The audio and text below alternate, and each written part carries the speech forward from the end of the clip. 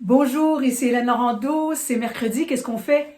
Le mercredi, on fouille dans mon garde-manger pour me rendre compte que j'ai eu une petite obsession avec les olives. Moi, j'aime beaucoup servir les olives à l'apéro, au lieu des croustilles, par exemple, sur un petit plateau apéritif avec des crudités. Je les aime mini-mini. Je les aime farcies avec des anchois ou du piment d'Espelette. J'aime les belles grosses olives Kalamata également. Et ce qui est très pratique, ce sont bien sûr les Kalamata dénoyautés. Quand on veut les mettre dans une recette, on risque moins qu'il arrive un accident avec les dents. Qu'est-ce qu'on pourrait faire avec ces olives noires dénoyautées? Je pense à un légume que tout le monde aime, même les enfants, et qui étonnamment se marie merveilleusement bien avec des olives et de l'ail confit. Et on va se faire des carottes à la provençale. Les carottes aux olives et à l'ail confit, faites-moi confiance. On a souvent tendance à vouloir marier de l'ail avec des courgettes. De l'ail, ça va bien avec des pommes de terre. De l'ail, ça va bien avec des poivrons, des tomates. Mais on ne pense pas que l'ail et les carottes, ça fait vraiment bon ménage quand on les fait cuire tout doucement et on va les faire confire dans l'huile d'olive de sorte que le côté sucré fondant de l'ail va merveilleusement se marier aux carottes et bien sûr à nos olives Kalamata dénoyautées. C'est d'autant plus une recette intéressante que là, en ce moment, mes carottes sont un peu moches, avouez, et que, bon, j'aurais pu les transformer en potage, mais je voulais vous faire découvrir cette recette-là. Alors, si vous êtes seul ou que vous voulez faire ça pour 2 personnes, vous faites ça dans un petit poêlon. Moi, je vais en faire un peu plus parce qu'on aime vraiment beaucoup ça chez nous. Et puis, ça se garde quand même plusieurs jours au frigo. Vous n'aurez pas besoin de beaucoup d'ingrédients.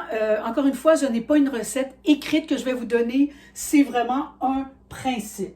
Alors, je vais verser, là on est dans Provence, hein, donc on sort l'huile d'olive, pas l'huile des grandes occasions, l'huile de cuisson.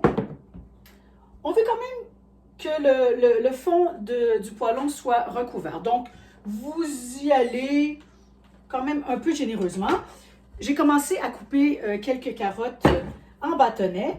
Un petit truc quand on coupe les carottes, pour éviter de se blesser parce que ça roule, c'est d'abord de les couper en deux et ensuite de les mettre bien à plat sur la planche avant de poursuivre. Alors, moi, j'ai pris, je ne sais pas, peut-être 5 carottes pour la grandeur de mon poêlon. C'est pas vraiment une science exacte. Mais ce qui est important, c'est de ne pas trop empiler les carottes les unes par-dessus les autres parce qu'on veut vraiment les enrober de cette belle huile d'olive et on veut qu'elles cuisent uniformément. Donc, vous voyez, là, j'en ai mis suffisamment là, pour couvrir le fond, mais sans plus. C'est pas nécessaire non plus. On ne veut pas les faire frire, d'accord? On dépose les bâtonnets de carottes dans le fond. Et à cela, on va ajouter de l'ail. Alors, moi, je vous dirais que pour la grandeur de mon poêlon, facilement, je vais mettre la tête d'ail au complet. C'est absolument divin, je vous dis. Les gens vont se battre chez vous pour, si vous n'en mettez pas assez, les gens vont dire « Ah, moi, je le veux, moi, je le veux. » Alors, j'ai défait mes gousses d'ail. Et à ce temps-ci de l'année, je retire la petite partie verte, le germe qui se trouve au centre. Donc, je fais juste les ouvrir en deux. Les petits, je vais les laisser entières. Voilà. Juste retirer le germe. C'est ça qui est un peu dur à digérer dans l'ail cru. Dans l'ail cuit, je vous dirais que ça ne dérangerait pas qu'on le laisse du tout. C'est vraiment de la coquetterie de ma part, mais on pourrait très bien le laisser puisque sa puissance va disparaître à la cuisson. Alors, j'ajoute mon ail. Donc, vous avez vu, là, j'en ai une poignée. Je vais ajouter l'ail dans mes carottes avec du sel, du poivre. Pas trop de sel parce que n'oubliez pas que nos olives sont très salées. Les olives, on va les garder pour les 5 dernières minutes de cuisson. Et on ajoutera aussi du romarin ou du thym si vous en avez. Donc là, je vais juste les enduire un peu d'huile sur toutes les faces avec un couvercle. Et je surveille, là, on ne veut pas les brûler non plus. Et je vais attendre que ça cuise un petit peu plus. Puis je vais vous montrer dans quelques minutes de quoi ça a l'air. Bon, je vous rapproche parce que je veux vous montrer vraiment que c'est important de mélanger pour ne pas brûler parce qu'il y a quand même beaucoup de sucre naturel et dans la carotte et dans l'ail. Je vais faire un petit test avec mon couteau. Quand elles commencent à s'attendrir, mais elles ont encore besoin d'être plus fondantes, c'est à ce moment-là que on ajoute nos olives dénoyautées. Bon, là, vous aimez beaucoup les olives, vous en mettez beaucoup. Bon, il y en a assez. Et un peu de romarin. On couvre encore une fois pour terminer la cuisson. Mon feu est assez doux. Je suis à peu près à 2 sur une échelle de 6. Et on patiente encore un petit peu. Et voilà, mes carottes sont cuites.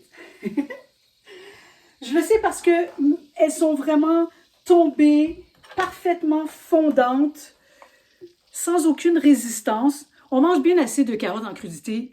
On peut bien se permettre de les manger un petit peu plus souples et tendres. À cette étape-ci, normalement, j'enlève les romarins qui ont donné ce qu'ils avaient à donner. Et on en rajoutera des frais. J'ai sorti une belle assiette que j'avais rapportée de voyage. Ça me rappelle dans le temps qu'on avait le droit de voyager. Mais bon, ça reviendra. Hein? On garde espoir. On garde espoir. Je veux également vous montrer l'ail confit. L'ail là, qui a vraiment doucement cuit sans jamais brûler. C'est très important parce que si votre feu est trop élevé, l'ail brûlé développe une amertume qui le rend, ma foi, immangeable. Alors, à ça, on va s'ajouter un petit peu de thym. Moi, j'adore ces petites fines herbes qu'on achète dans le commerce. Ça me fait un petit jardin, même en hiver. Puis, je ne peux pas me passer de cette petite touche de fraîcheur qu'on ajoute dans nos plats. Et ça se garde très, très bien, à condition, comme j'ai déjà expliqué dans une capsule sur le basilic, à condition de ne pas les arroser directement par-dessus, mais bien en dessous. Donc, on prend une petite jardinière ou un pot et on arrose par le fond. Voilà. Donc, on a tout ce qu'il faut pour rêver, hein? De l'ail, des olives, du thym, du romarin et une assiette ensoleillée, même si mon pays, notre pays, c'est pas mal l'hiver.